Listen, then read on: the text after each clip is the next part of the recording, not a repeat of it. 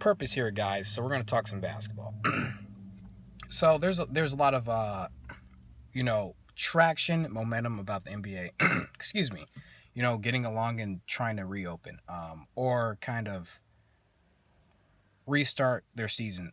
So there isn't a lot of details they're talking about. If there's going to be all 30 teams trying to compete in games again, if there's going to be games, or if they're going to start a playoff right away. Bracket tool. A bracket system for 16 teams. There's a whole lot of scenarios that could happen. In terms of the NBA restarting, which I think is kind of cool. So if they actually did do like a 16 team pool, or if all 30 teams are participating, because there was talk of, teams in both conferences, 7 through 15, competing in a one game knockout to see who gets to like the last seed or two in the playoffs. Which, if you think about it, it's kind of cool in this sense that it just makes the whole thing unpredictable, right? Because we already know that you have like Shaq and Charles Barkley saying the season's gonna have an asterisk, which, well, yeah, to a certain extent, it would if there wasn't a champion that people liked who was crowned. Like, let's say a Portland Trailblazer team, uh, a team like the Dallas Mavericks. If a team like that or teams of that tier were named champions, people would have an asterisk. But if to me personally, because I know like the media per se has a little preferential treatment towards superstars, especially towards LeBron, and it's pretty easy to see that there's preferential treatment towards him. And if you don't believe that, whatever. He's the generation's best player, even though you could say that for Kobe, and he drives in a lot of money. So of course, he has a lot of stock in terms of he brings in money for the networks. So he gets a lot of preferential treatment. And there's nothing wrong with that. It's just I call it like how I see it. So whatever, take it how you leave it. But if the Lakers win, I'm pretty sure not everybody would have an asterisk on that championship, because a lot of people want the Lakers to win, and a lot of people have a lot of bets on the Lakers winning, and a lot of people have picked them to win. Even though me, and I think the Clippers will beat them either way, just because not only are they the better team, they just have more depth. I think they have a better team dynamic in terms of coaching and how their team dynamic is. I think they're a better team. So, we can get off into that in a second. But man, I think this whole thing, and I believe the NBA will find a way to get started towards late July, August type thing. I think this is great because I think the NBA needs to find a different time schedule, because them starting in October, late October, early November, I think they need to kind of start around Christmas time, because that's when the NFL season ends. And then if they can extend it into late August where the season ends then, I think that's also cool, because then that transitions into the NFL season, which they shouldn't care if it transitions or starts during the NFL season. I'm just saying they get that whole time block, even though they would kind of be competing with baseball, because baseball is also a summer sport. But, it is what it is. The NBA is, always trying to find ways to cut down on games. So I don't know how this impacts the way they play games in the future or how they start seasons in the future, but I just hope they find a way. But to me, this whole thing is kind of exciting, and it's generating excitement because they're cooking up something that just makes this whole playoff run unpredictable. Because if you have a one game knockout, teams like New York and things like that, you know, that could make up for teams that shouldn't be in getting in. But man, we need something different.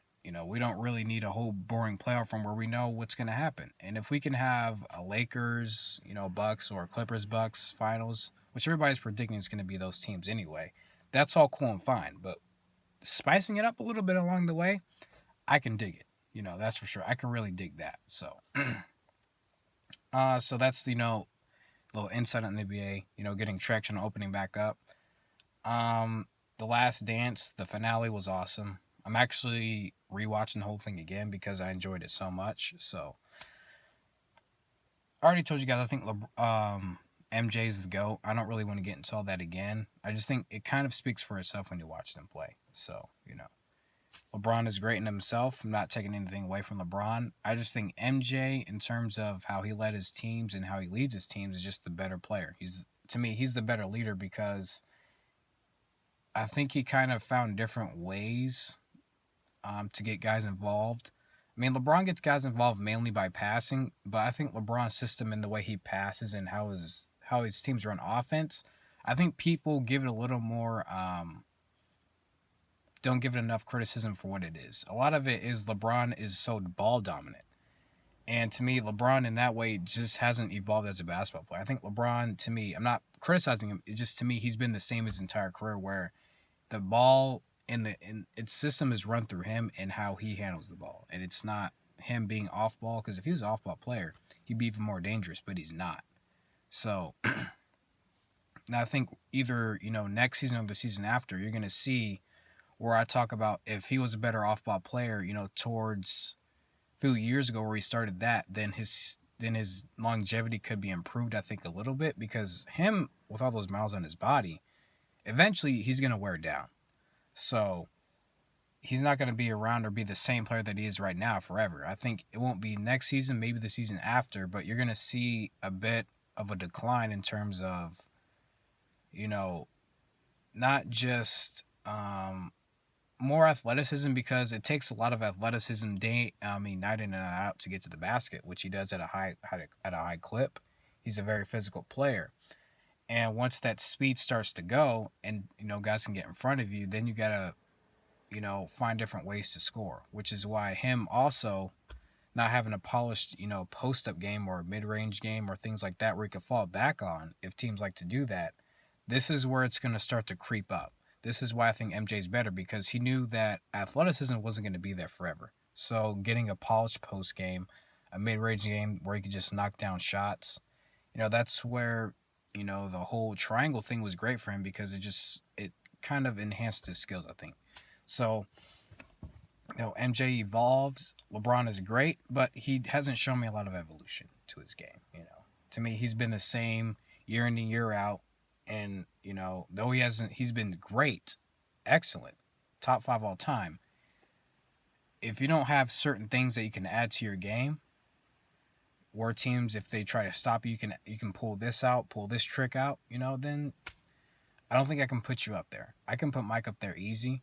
Kobe had Kobe had this game to me before his athleticism started to go, where he was, because of how he followed Michael, he was a great mid range shooter and he had a good post game. But then as he got older, it vastly improved. So take that how you leave it.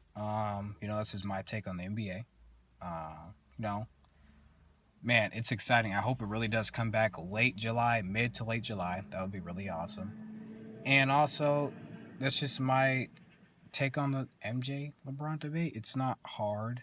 It's not all about stats. The stats do tell a story, but I don't think the stats are the whole story. So even advanced metrics say Jordan still was the better player in terms of advanced metrics. A lot of people say that a lot of advanced metrics are on LeBron's side, but a lot of them are actually on MJ's side. So, and he quit playing after the 2003 season. So tells you a lot. But thank you guys for listening again. This is Purpose on the NBA opening up, MJ versus Braun. Appreciate you guys for listening and watching, and I will see you guys next time.